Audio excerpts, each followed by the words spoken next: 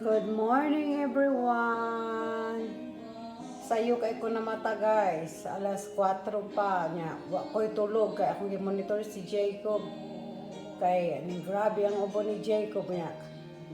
Pagka kadlawon mga alas 2 na ko natug nya.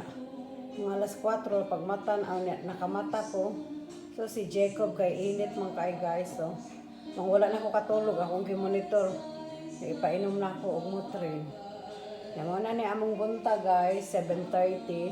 So unya manawag ko sa doktor ni Jacob kay murag ako na ipa-check up og balik si Jacob kay kuyawan ko iyang ubo kay murag naa ra bay problema. Kay ipa-check ang iyang lungs kung clear ba. Maura na guys, update. Thank you. Nindot kayong adlaw.